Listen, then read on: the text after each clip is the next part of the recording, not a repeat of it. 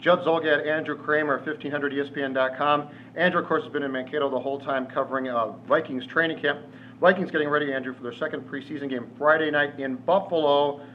Preseason game number 1, we know what we didn't see. Christian Ponder, we saw him for 2 plays. That was it. First-team offense basically came out after that. What can we expect to see first-team offense-wise against the Bills on Friday night? Coach Leslie Frazier actually talked about playing Ponder into the second quarter, all the starters, along with Greg Jennings and guys that didn't see a lot of time because of that tip pass and interception. Yep. He talked about, too, allowing maybe a little bit more leeway with him if he did throw an interception on the first series, second series, third series, whenever it would be, maybe putting him back out there.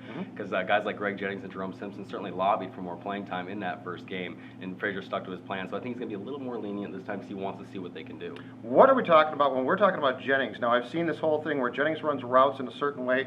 Ponder has to get used to that. I am all for guys like Adrian Peterson, Andrew, not playing in the preseason. Yep. But I think it's inexcusable if you get to week 1 and the timing is not there between the quarterback and the wide receiver, because you've had off-season OTAs, you've had mini camp, and you've had training camp.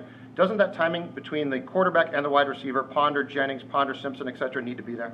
That does, and that's one of the keys to this preseason. And I was very surprised, again, like many people, to see him only out there for 2 snaps before, because they need to see that out of him. For Ponder to play the fewest snaps for a first-string quarterback out of any in the league last week, it wasn't good necessarily for the time. So again, for the second game, we're going to be able to see Greg Jennings running these routes that Ponder's had to get used to in practice. They've had plenty of time in practice to get used to it, so it is a work in progress, but game situations are always different, especially for a guy like Jennings, who is the one that doesn't need to adjust. It's Ponder who needs to adjust to Jennings. Adrian Peterson, there's talk he might play Friday night, although I don't think he will. But then if he doesn't play Friday, he's going to play a week from Sunday in San Francisco. Nobody's going to play in that 4th preseason game, so among starters. So Adrian Peterson, your guess about when he plays and when he plays, how much he plays, because he proved last year that he doesn't need to play in the preseason. He had a fantastic season, and I gotta say, Armageddon for the Vikings would be to put this guy out there and have anything happen to him. Exactly. We saw a scare with Tom Brady recently, where it in a practice, and it wasn't even a scare. Yep. And he's not like the Adrian Peterson right now in the league. Adrian Peterson's the best player in the league, so to have that happen, I would guess he plays the 3rd game. I don't think he's going to play this game. Frazier talked about he wants to get him reps, so that was the first time he acknowledged we are going to play him in the preseason. Couple snaps, you think, or yeah, what? I'm thinking a couple snaps, first series of the 3rd game kind of thing. I don't think it's going to be this game. And if it is, I'll be surprised. It very well could be. They didn't rule it out. What's your guess about why? I mean, we saw Peterson last year. He started camp on the pup. He came off the ACL. He didn't play in the preseason. And then he plays against Jacksonville in week 1, and he's a little bit rusty, but you know what? It didn't matter. Is Frazier just want to get him some hits, just get him some touches? I mean, I guess I don't fully have my head around why this guy needs to play in the preseason.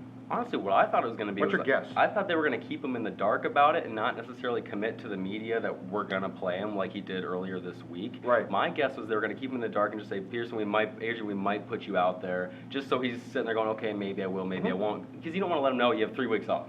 You just got 3 weeks. But Peterson doesn't need the motivation. He's not the kind of guy that necessarily needs to have the preseason snaps, so that's why we are surprised about that.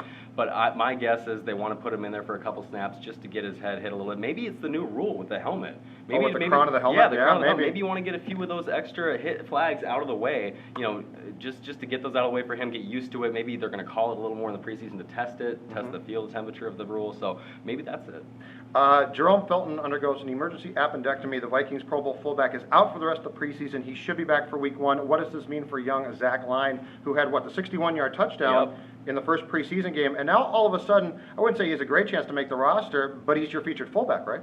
He really is now. Well, for a guy like Adrian Peterson, who maybe doesn't like a fullback in his way. Which is hilarious. Yeah, exactly. But it's going to be Toby Gerhart taking the majority of the snaps anyway. So it will be Zach Line stepping in there, getting more of those reps blocking for a running back. They only ran the ball 14 times that first game, and so they really weren't putting an emphasis on that. I don't see him putting too much of an emphasis on it anyway, so I don't know how much Felton's absence is going to matter. I agree. But however, it's going to be interesting to see how Zach Line steps up with that first-string offense.